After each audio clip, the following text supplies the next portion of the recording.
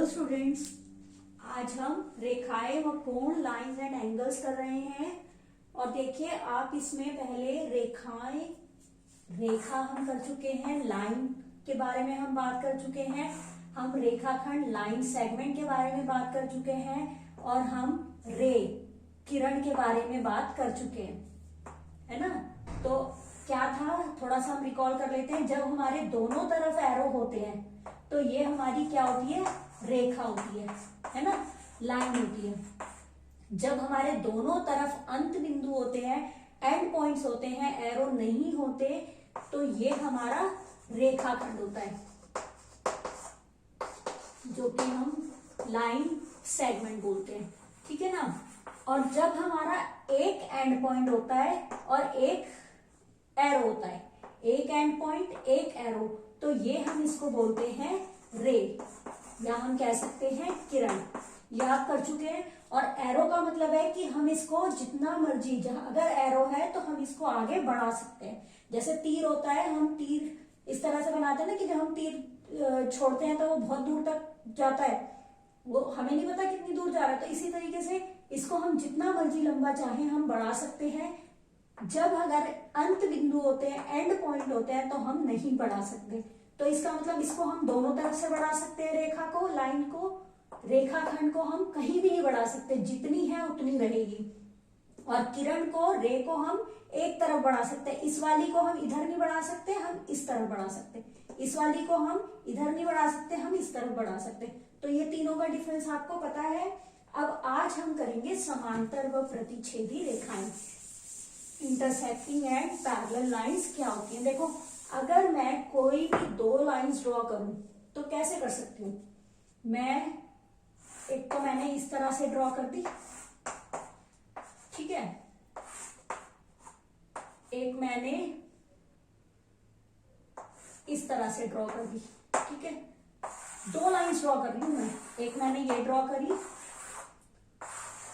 एक मैंने ये ड्रॉ करी, एक मैं कैसे ड्रॉ कर रही हूं, बिल्कुल इस तरह से ड्रॉ कर रही हूं, ठीक है। अब देखिए इन तीनों में क्या फर्क है। ये जो दोनों लाइंस हैं ये एक दूसरे को काट रही हैं। जब दो रेखाएं, दो लाइंस एक दूसरे को कट करती हैं, काटती हैं, तो वो हमारी होती है प्रतिच्छेदी रेखाएं, या हम कह सकते हैं इंटरसेक्टिंग लाइन। तो ये हमारी जो लाइंस हैं, जब भी दो लाइंस हैं और वो एक दूसरे को काट रही हैं, तो वो हमारी प्रतिच्छेदी हो गई, या हम कह सकते हैं वो हमारी इंटरसेक्टिंग लाइंस हो गई, ठीक है। और अगर दोनों रेखाएं एक दूसरे को नहीं काटती, दो कंडीशंस हो सकती है ना, या तो वो एक दूसरे को काटेंगी या नहीं काटेंगी। जब नहीं काटेंगी तो वो हमारी समांतर होंगी, पैरेलल लाइंस होंगी। अब देखिए इनमें से हमें देखना है कि ये हमारी समांतर रेखाएं हैं, पैरेलल लाइंस है या नहीं है।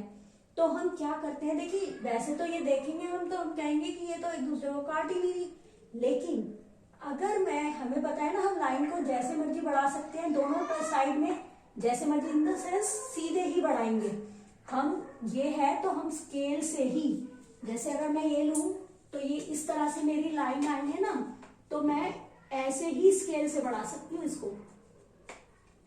इतना बढ़ा दिया, मैं इस तरफ भी बढ़ा सकती हूँ, बिल्कुल ऐसे बढ़ाना है, बिल्कुल उसी एक ही सीध में।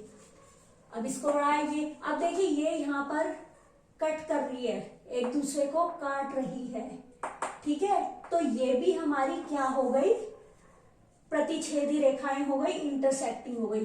वैसे हमने ड्रॉ तो इस तरह से की थी, लेकिन जब हमने बढ़ाया ये एक दूसरे को काट रही है, तो ये भी हमारी इंटरसेक्टिंग हो गई। अब इस केस में अगर मैं इन दोनों को बढ़ाती हूं, कितना भी लंबा बढ़ा लूं, क्या हो रहा है, ये एक दूसरे को काट ही नहीं रही है, ये सीधी चलती चली जाएगी, इधर भी चलती चली जाएगी, उधर भी, काटेगी ही नहीं, एक दूसरे से मिलेंगी ही नहीं, ठीक है। तो जैसे ये स्केल है, फुटा है, अगर मैं बहुत बड़ा ले लूं, इसको बढ़ाती जाऊं, तब भी ये और ये नहीं मिल रहे। अगर अगर मैं बढ़ाती जाऊं ना मिले, ठीक है, तो वो हमारी समांतर रेखाएं होंगी, पैरेलल लाइंस होंगी।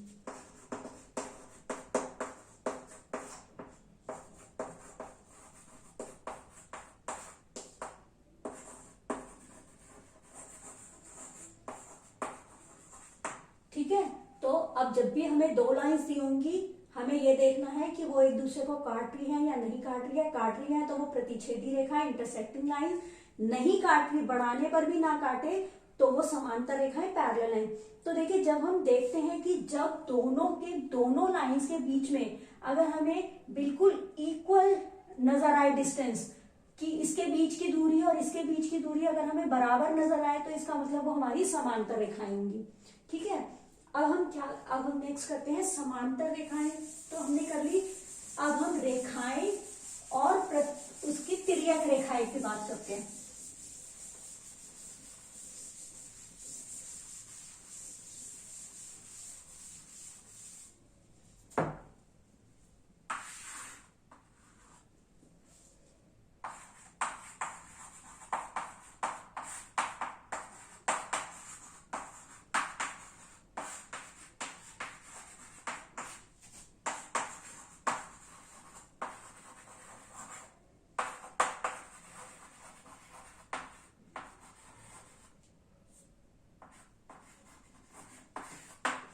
रेखाएं व तिर्यक रेखा, अगर हमने कोई सी भी दो लाइंस ले ली, ठीक है, और बच्चों आपको पता ही है हम इनका जो नाम देते हैं, हम स्मॉल लेटर से भी दे सकते हैं, हम कैपिटल लेटर से भी दे सकते हैं। स्मॉल लेटर लेंगे तो हम एक ही ले सकते हैं, ये एल है, ये एम, एक लाइन एल है, एक एम है।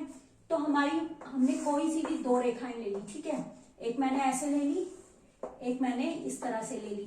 यहाँ पे मैं इसको पी और क्यू दे देती हूँ, ठीक है।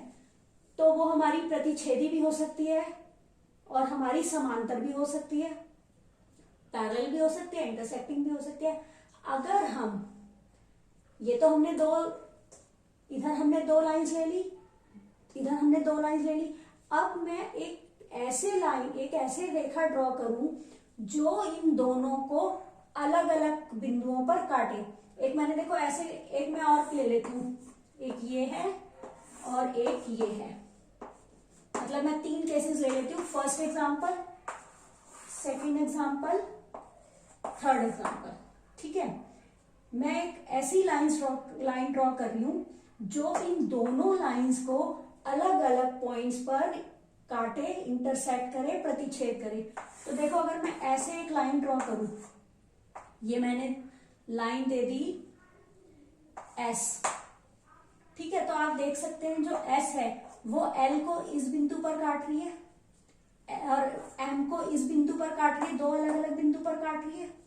यहां पर भी मैं ऐसे ड्रॉ कर सकती हूँ। मान लो मैंने ऐसे ड्रॉ करी टी, तो टी यहां पर इस बिंदु पर काट रही है पी को, क्यू को इस बिंदु पर काट रही है। अब यहां पर मैंने इसको यू और वी नाम दे दिया।